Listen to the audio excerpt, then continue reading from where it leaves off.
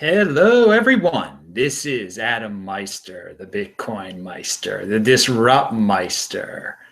Welcome to Today in Bitcoin. Today is February 27th, 2017. Check out the link section below. You can check out yesterday's video. You can also check out a video that BTC Sessions posted today. I was on his show. It turned out really nice. Thank you, all the new subscribers that have been coming here. We have been growing like mad lately. I'm really excited about that. First off, before we get to the Roger Ver, Vays Bitcoin scaling debate, which was huge today, just huge news. A viewer informed me, and I'll link to an article below that also mentioned this. Hawaii is almost banning Bitcoin here. The Hawaii Division of Financial Institutions has recently communicated regulatory policies which will render continued Coinbase operations in Hawaii impractical. So if Coinbase is not going to serve Hawaii anymore, the Hawaiian banks are all local banks there. So this is, I guess this is part of the issue, but the people are kind of stuck there in the situation they're in. We're going to cover this soon and bring some light to the situation. I'm going to talk to my contacts in Hawaii and just see, maybe we can make a difference. This seems kind of, this is the government of Hawaii just ruining a situation. A state like Hawaii that has so much tourism, so many people coming from Japan, I think Bitcoin really would do very well there compared to many other states in the present.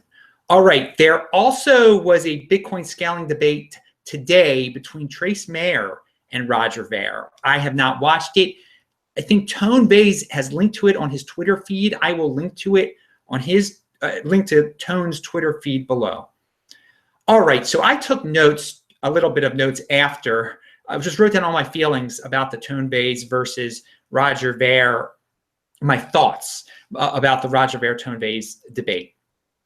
And it is linked to below so you can watch the debate and you can decide for yourself. And I'm just going to read what I wrote and I'll add some comments because I wrote a lot and Roger relies on emotion and hierarchy while Tone keeps talking facts and reality. The Ethereum example is huge. And what I mean by that is Tone says, you know, Ethereum, look what happened to Ethereum when they had a hard fork. But again, let's remember, Roger Ver wants there to be a hard fork. He wants it now.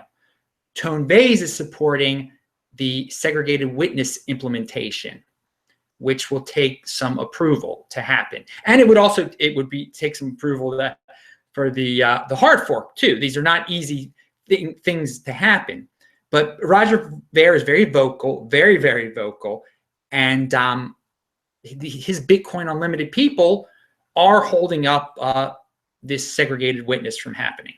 So that's what's going on the ground.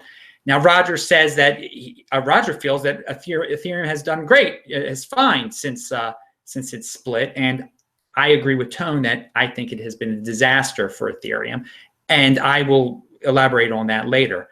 If it ain't broke, don't fix it. That's what I wrote down too. In terms of splitting something, making one into two is terrible. It's not broken in that way. Roger kept on saying that, you know, Roger says that the blocks are full right now, okay? They're full. And that because they're full, people are going to start using another coin. And I say just, well, bring it on. If there really is a problem, they should already be using another coin. Bitcoin is the only coin that's being used. So I don't see where the big problem is here. I mean, seriously, if people really start using other coins, then maybe people will rethink their positions on segregated witness and Bitcoin Unlimited. Maybe there will be some give, but it's not happening now. It's just not happening.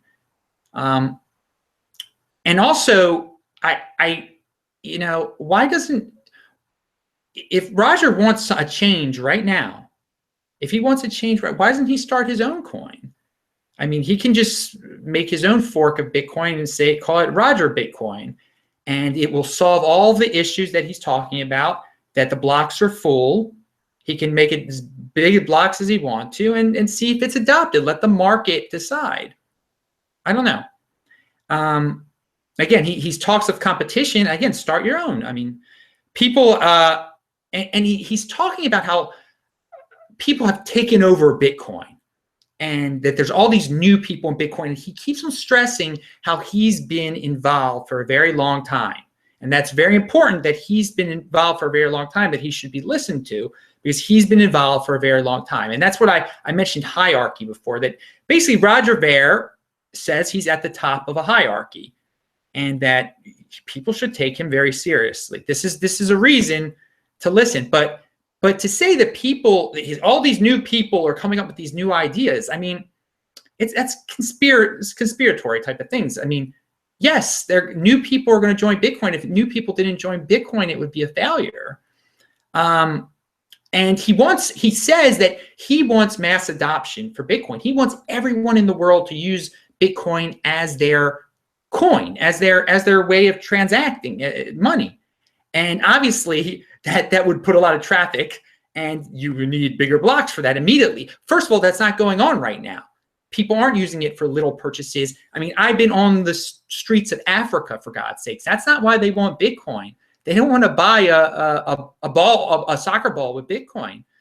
But going back to his point, let's say that the whole world there is going to be mass adoption, and that we do the hard fork and it's golly gee awesome or something. Well, that's 7 billion more voices there for Roger, new voices that are going to give their opinions. And I don't know if Roger's going to like the direction those 7 billion other people are going to drive Bitcoin into. I mean, so if he doesn't like takeovers, well, then why? I don't understand how he can say everyone should be using Bitcoin, because there'll be a completely new paradigm, there will be a new takeover. And by the way, I don't believe in takeovers. I don't think new or old should be judged differently. I mean, if you're someone who has technical knowledge, let's listen to them. Now, also, I heard the moderators kept interrupting. Not hard to stay silent like I do. Yeah, I would have moderated it a little bit differently. I like to let people talk, and I thought they jumped in a little bit. And Roger Ver, again, he brings up censorship as an issue in this debate. And he specifically means censorship on the Bitcoin Reddit. And let me ask you guys, do you get your information from the Bitcoin Reddit? Does it really matter what goes on the Bitcoin Reddit in your life? I mean, to me, that is just such a huge distraction.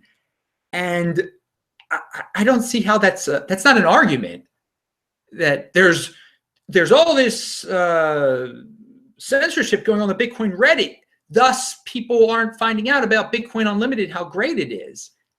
I mean, what? It's like, who cares about the Bitcoin Reddit? Seriously, he's blowing that out of proportion, and that was a major point he kept bringing up. So I mean, this, to me, it boils down to like some impulsivity on his part, and it's just, why rush this? Why not think things through here? And there's all Tone kept on saying, there's smart people who have thought about this, engineers, scientists, who have thought about this, who like segregated witness, who have tested it. And I got to say, and then Roger Ver says that who are you going to believe, that them or the side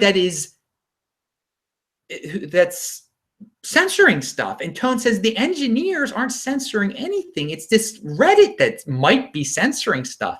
Has nothing to do with any of this. It's a very strange. It feels like part of the reason Roger wants this to happen, it has to do maybe with his ego a little bit, that he's the first one. He had say for so long. He had such sway over the direction of Bitcoin, and now he doesn't. And he doesn't want to be shut up. He feels like in this Reddit, which is not even important, that he's taking it very personally, what's going on this Reddit, to a point where he has to push through this Bitcoin Unlimited thing. I mean, where's the rationale there? Why possibly destroy Bitcoin because of censorship on Reddit? I don't understand that. Again, he mentions companies are having troubles with high fees, long wait times, and Coinbase is one of them, he says, I believe. And again, what's wrong with Coinbase having to wait a long time? I mean, we already wait a long time to buy our Bitcoin from Coinbase. It takes quite a while to get your Bitcoin from them. So, I mean, again, these companies aren't going out of business. I don't know. So, why not try SegWit to speed things up here? SegWit is tested. Instead of doing something risky like a hard fork, which didn't treat Ethereum too well, let's try. What's wrong with trying SegWit here? I don't get it. And let the companies make their money that they desperately need to make apparently. Anyway, I recommend that it's a good. The whole thing is, you got to watch the whole thing. But go to the 47-minute mark, and Roger really gets emotional there, very emotional. And you kind of see what is fueling this, that it is emotion that's fueling this. And it's not, when you're in an important situation like this, where Bitcoin could split in two, you cannot let emotion guide you. You have to use logic and reason, and not because you're I mean, the censorship stuff is it has nothing to do with any of this. And I don't know, start watching at the 47-minute mark and tell me, whose side would you want to be on here? I mean, he mentions how the price has not changed since 2013. He's like, in 2013, the price was around what it is now. I mean, that's not a good argument either. Like implying that because we haven't hard forked yet, because the blocks are full, that Bitcoin hasn't been able to grow in price. Yet it was only at this price for like 1 day in 2013, and it went down the tubes soon after.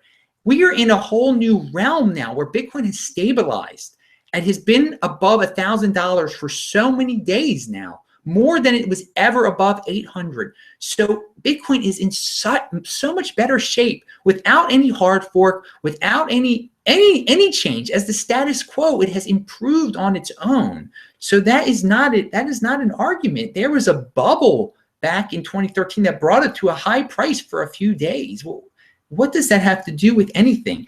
I will say this: every scenario here is really bullish for Litecoin. If Litecoin can implement SegWit, it will show the world. It will be so good for Bitcoin, and then Bitcoin will implement SegWit, hopefully. If everything stays status quo, then yeah, maybe some people will go over to Litecoin. We'll pick another coin. That's good for Litecoin. If we do this hard fork and everything goes horribly wrong, then people might go to Litecoin also. I mean, this is bullish for other cryptocurrencies. All this, that Bitcoin can't make its mind up. And let's go back to Ethereum. What Roger Vays said about Ethereum. He says that if you add up Ethereum and Ethereum Classic, the market cap is higher than it was before the fork. And I have brought this up before, and this is a tremendous point. Let's imagine there had been no hard fork in Ethereum. Where would Ethereum's market cap be right now? It was at $20. It was on fire. It was heading toward $50, for God's sakes. Who knows how high Ethereum would be right now if it was not for that hard fork? Who wants to be in that situation with Bitcoin? I mean, there are a lot. Roger Vays says that, he's got a lot of skin in the game, and that Vays doesn't have a lot of skin in the game. Let me tell you, a lot of us have a lot of skin in the game. I have a lot of skin in the game. It depends on how much money you've thrown into all this. A very poor person might only own one Bitcoin. They got a lot of skin in the game. And for it to fork and totally stunt its growth, like Ethereum's growth has been stunted. There can be, and I'm not dissing Ethereum, but its growth was stunted. That momentum ended that day. We all know it. We all know it. I mean, we don't want to, ask any investor out there if they will be confident in a coin that forks, and then you pick which one's the real Bitcoin. Ask consumers who have no clue who are very confused about Bitcoin right now, if they're too Bitcoin, if that's going to really clear things up for them. And again, he said some things to Tone about, well, you're just listening to blindly listening to the authority figures. And Tone says he's listening to smart engineers, that Tone Vays is not qualified to make these technical decisions. And Roger Ver is putting him in a position, himself in a position where he is saying that Roger Ver is qualified to make such technical decisions, because he's saying, you know, he's not bowing down to any authority. He's the authority to listen to, Roger Ver. And the Tone should be able to make up his own decision without listening to people. I mean, if my mother had brain cancer, I wouldn't want to be the one saying, I know more than the brain cancer doctors. I'm going to tell the brain cancer doctors how to do the operation. I'd be like, no, I'm listening to the brain cancer guys. I'm listening to the brain cancer guys. They know more than I do. It's a very important situation that they get this right. I'm not giving them stuff that I read about on the internet. It's to tell them how to operate on my mom's brain. Okay. And so I think Tone's take on that is very right. You've got to defer to the smart guys in the room. You just got to do that sometimes. And if you don't, then you're saying, I know as much as the smart guys.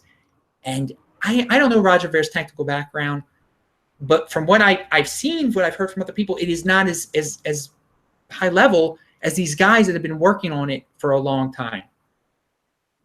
So again, he kind of pokes fun at Tone for listening to authority figures, but he himself is making himself out to be a very high up authority figure. He keeps saying, you know, I've been here for 6 years, or for longer than anyone. You know, listen to me. It's contradictory type of stuff. And again, we should listen to the people who understand this technically. This is a technical problem here. It's a technical problem. And all right, so I mentioned before, some altcoins are maybe the reason Ethereum and Dash have been going up lately is because of some of this uncertainty. I don't know, but I got to warn everyone here. If people start supporting this hard fork thing and say, oh, it's okay that we end up with 2 Bitcoin, be careful who you listen to about that, because some of the people might be people who are in other altcoins who know very well that if Bitcoin splits into 2, it will forever weaken Bitcoin and could possibly help their altcoins. And I'm not going to name names because I don't know who, but I mean, the top altcoins, this is a chance for them to knock off the top dog. So why not try to get on the side that's going to knock off the top dog? And please don't do that, those communities. I think that's really bad, actually, because if Bitcoin starts to drift toward failure, in the long run, it will hurt all cryptocurrency, This is a major thing here if it splits in 2. Anyway, your Bitcoin homework assignment for this week, people, is to someone out there get the clips of Roger Ver after the 47-minute mark and make a little compilation of his emotional ways. And I will upload it onto my channel. I really want a compilation. I don't have on this laptop now or the time really to kind of clip all the stuff or the software to do it. I know it's not that hard, but I'd like someone maybe to do that, or at least watch from the 47-minute mark on and see how the tone, as it were, changes from Roger Ver. It's very emotional, and it's like, I mean, could Bitcoin's future be at stake because Roger Ver has some personal vendetta against Reddit? I mean, think about that. He is influencing a lot of people here, and why does he have this opinion? Anyway, those are my notes.